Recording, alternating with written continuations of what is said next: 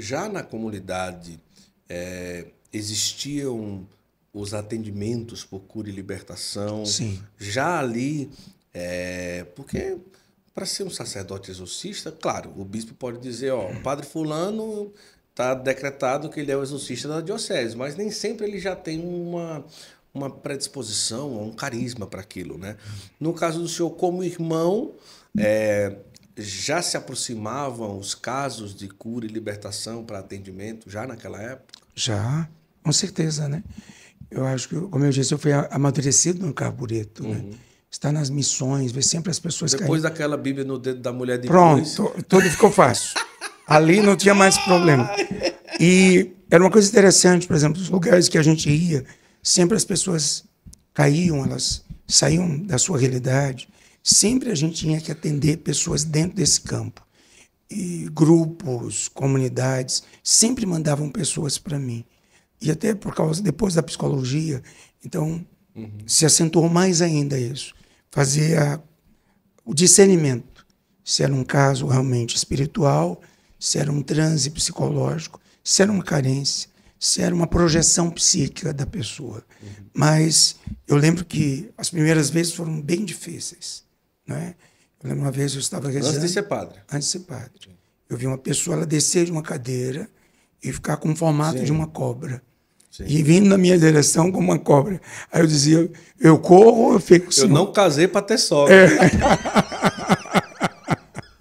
Como é que isso está acontecendo, né? Desculpa, amor, foi só uma brincadeira. Padre, benção.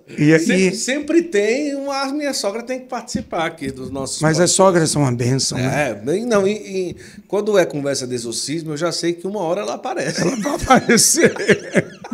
Mas é porque a sogra, né? Eles tem um contexto psicológico. A sogra tem quase uma simbiose com a filha. Sem dúvida. E aí ela foi roubada. Isso mesmo. Alguém roubou uma parte dela. Aí ela, então, qualquer coisinha, ela toma as dores da parte dela. É verdade. E a filha tem sempre razão, né?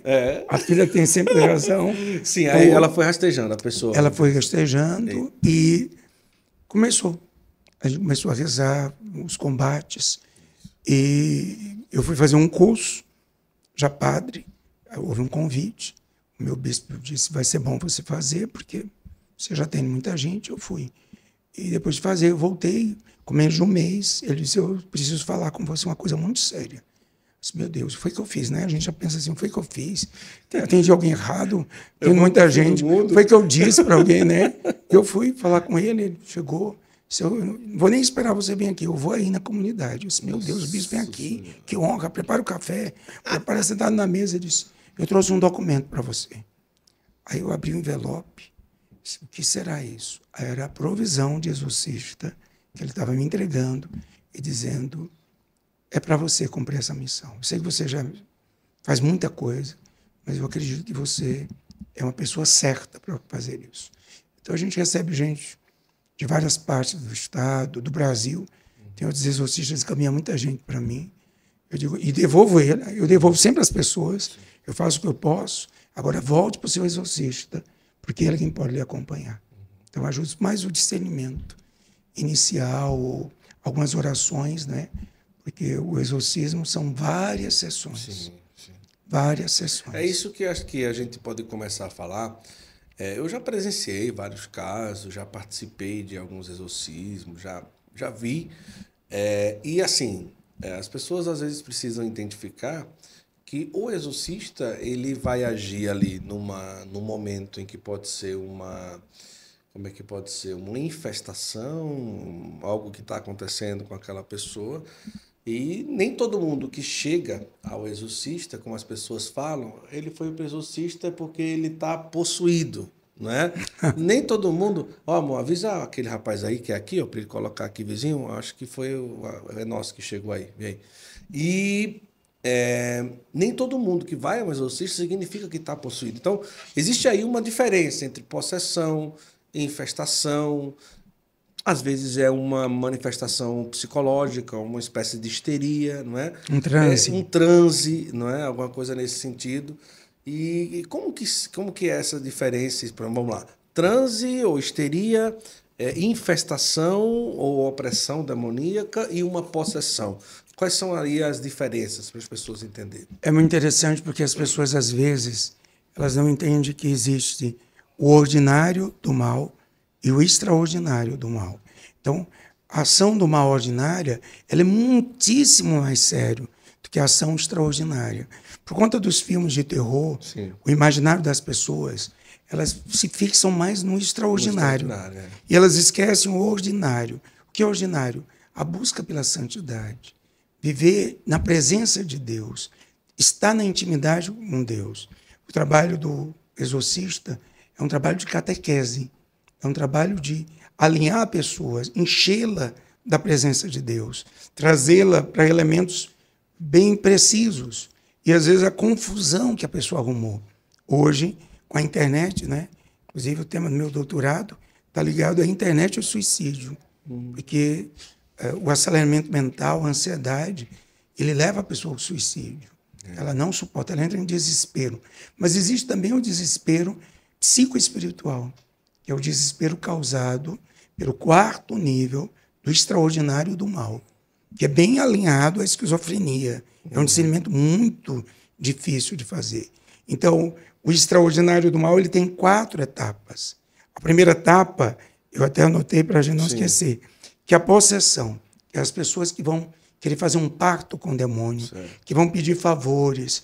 Na internet hoje, infelizmente, Guto, e as pessoas, a gente vai para uma livraria, os livros de bruxaria, elas podem comprar livremente, ou nem precisam. Existem cursos na internet. Elas podem, infelizmente, realizar um por pacto curiosidade, né? O demônio sempre trabalha na curiosidade. Então, ele atrai a pessoa pela curiosidade, e a pessoa vai lá, pensa que está fazendo uma precezinha, mas ela está fazendo um pacto. E aí ela vai abrir um campo psicoespiritual para a possessão. É o primeiro ponto do extraordinário. E quando ela vai perdendo os sentidos, que ela não perde nem a consciência, ela entra num transe. O demônio não pode entrar no ordinário da pessoa. Ele tenta trabalhar justamente essa confusão. E o segundo ponto é, a gente pode chamar também da vexação, que é justamente o demônio atacar o corpo da pessoa. Né? A gente vê alguns santos que passaram essa experiência. Padre Pio, aquela santa que se ofereceu... Santa Gema também. Não, Santa Gema também. Catarina de Sena também. Catarina de Sena. Agora mas tem uma que é Miriam. Miriam. A Miriam que viveu um ataque no corpo muito profundo. E essa realidade é um segundo ponto de extraordinário. Mas aí as pessoas querem o extraordinário por causa do filme terror. Muita gente pergunta para mim, passando no exorcismo, a cabeça gira? Passando no exorcismo, a pessoa pode levitar? Pode. A Padre Amorte falava muito sobre a levitação em casos. Eu vi coisa parecida, mas não levitar totalmente. Né? Mas aí é um segundo ponto, atacar o corpo da pessoa, seja com doenças reais, de malefício, ou doenças que os médicos não explicam.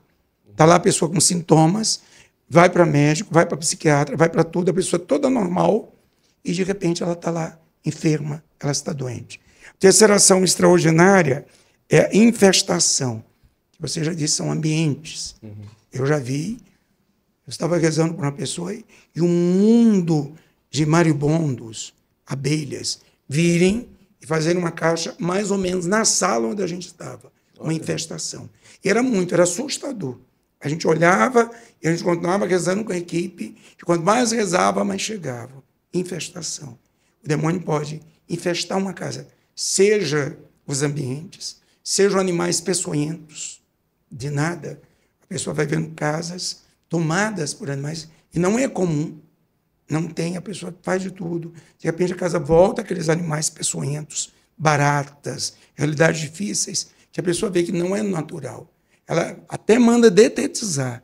Não dá uma semana, a casa enche de novo. Então, isso aí sai do campo natural, campo biopsíquico, e vai para o campo preternatural, ou psicoespiritual, que aí é o discernimento do exorcista que ele vai ter. E o último ponto, que você já tinha falado, e eu trouxe que eu não quero me perder em nenhum momento, é o campo da obsessão. A obsessão que é uma realidade que alguns psiquiatras consideram esquizofrenia. Entendi. Quantas pessoas estão, às vezes, tratando da esquizofrenia e é um problema biopsíquico e espiritual. Entendi. Ela precisa de um acompanhamento, ela precisa de sessões que podem durar meses, anos, até enfraquecer, seja a legião, seja uma autoridade ou um príncipe de demônios que está ali envolvido. Uhum.